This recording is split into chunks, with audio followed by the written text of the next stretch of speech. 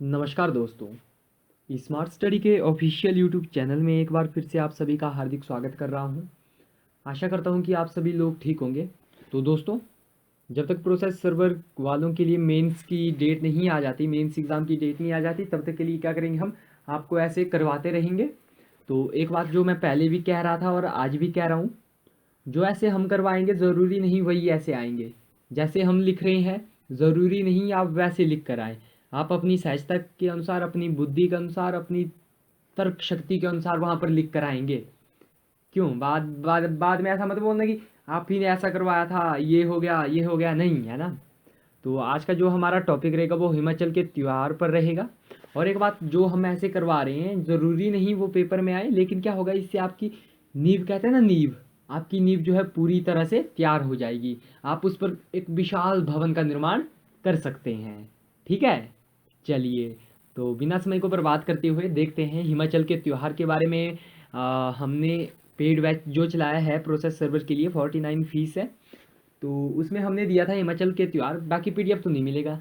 चलिए छोड़िए इन सब चीज़ों को। तो हिमाचल के त्यौहार के बारे में, तो भूमिका सबसे पहले, जैसे पहले भी बताया था, भूमिका लिखनी है। तो भूमिका में हमने लिखा है कि त्योहार और मेले मानव की सामाजिक जागृति का जो है एक प्रतीक है।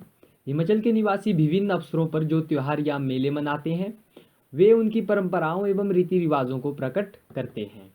ये त्योहार हिमाचल वासियों की वेशभूषा, नृत्य, संगीत आदि के कारण बहुत ही लोकप्रिय है।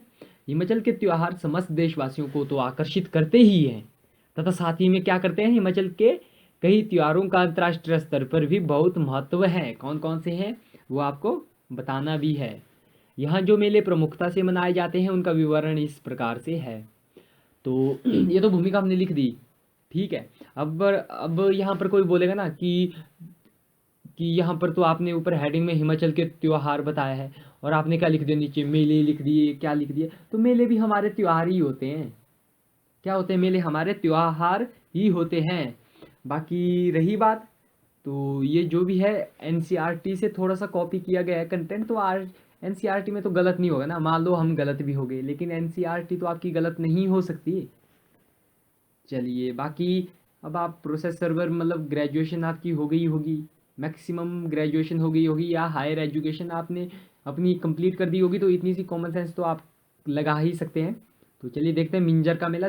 जैसे ना कोई कोई ऐसे लिख रहा है, जैसे एक मेरे मित्र हैं, वो उन्होंने भेजा था, उन्होंने क्या लिखा था कि मिंजर मेला। फिर उन्होंने मेले का क्या बताया था कि ये मेला, इसकी शुरुआत कब हुई, डेट बता दी, किसने की डेट बता दी, कब लगता है बता दिया। ठीक है, कोई बुरी बात नहीं है, लेकिन वो चीज़ बताने से अच्छा अगर आप उसका थोड़ा ये बताएं कि मेला क्यों मनाया जाता है, कहाँ मनाया जाता है, क्या किया जाता है ना मेले में, ये ज़्यादा बेटर रहेगा। क्योंकि क्लर्क का एग्ज़ाम अगर आप दे रहे होंगे मेंस का, तो क्लर्क में तो आप लिख सकते हैं, लेकिन आप तो प्रोसेस सर्वर का कर रहे हैं ना। प्रोसेस सर्वर में ये चीज़ें लिखेंगे तो कोई बुरी बात नहीं है, लेकिन अगर आप नया ना लिखे तो बेहतर रहेगा शायद। अगर लिख भी देंगे तो कोई बुरी बात नहीं है। देखो, मिंजर मेला, यह मेला चंबा और उसके आसपास के क्षेत्रों में बहुत ही शानदार, बहुत ही लोकप्रिय है। यह कृषि प्रधान पर्व है। इस अवसर पर राजमहल से शानदार जुलूस निकलता है, नदी किनारे जाकर पूजा की जाती है। लवी मेला कहाँ मनाया जाता है, रामपुर में। रामपुर में मनाया जाने वाला लवी का मेला जो है व्यापार के लिए बहुत प्रसिद्ध है। परंपरा के अनुसार इस मेले का उद्घाटन बुशहर के राजा करते हैं या करते थे। माना जाता है कि यह मेला 300 साल पहले तिब्बत और बुशहर राज्य में एक समझौते का प्रतीक है।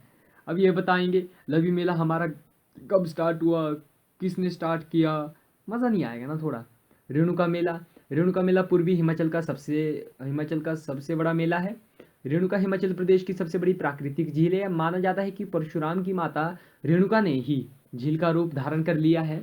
ऐसा भी कहा जाता है कि परशुराम साल में एक बार अपनी माता से मिलने हिमालय से यहाँ आते थे, तथा यह मेला उनके मिलन का ही प्रतीक है। तो आपको तो पता है जब मेला लगता है मेले में क्या क्या होते हैं, तो सारे मेले में तो वही होगा ना, लेकिन उस मेले का क्या विशेष महत्व रहा है, उस त्योहार का क्या विशेष महत्व है, तो वो आप लिख सकते हैं।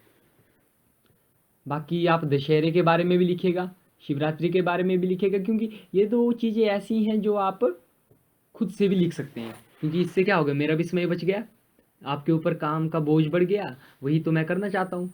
ठीक है, चलिए अन्य त्योहार के बारे में फिर लिखिएगा। मैंने थोड़े से लिखे, आप ज़्यादा लिख सकते हैं। वस्तुतः हिमाचल प्रदेश के किसी न किसी भाग में कोई ना कोई मेला अवश्य लगता है। चिंतपूर्णी, ज्वालाजी, चामुंडा देवी जैसी धार्मिक स्थलों में भी साल में एक बार त्योहार मनाए जाते हैं। बिलासपुर का नलवाड़ी मेला हो या चंबा का रथ रथनी मेला हो, बहुत ही धूमधाम से हिमाचल प्रदेश में मनाया जाता है। आप यहाँ पर और मेले भी ऐड कर सकते हैं। निष्कर्ष की अगर बात करें तो हिमाचल देवभूमि है।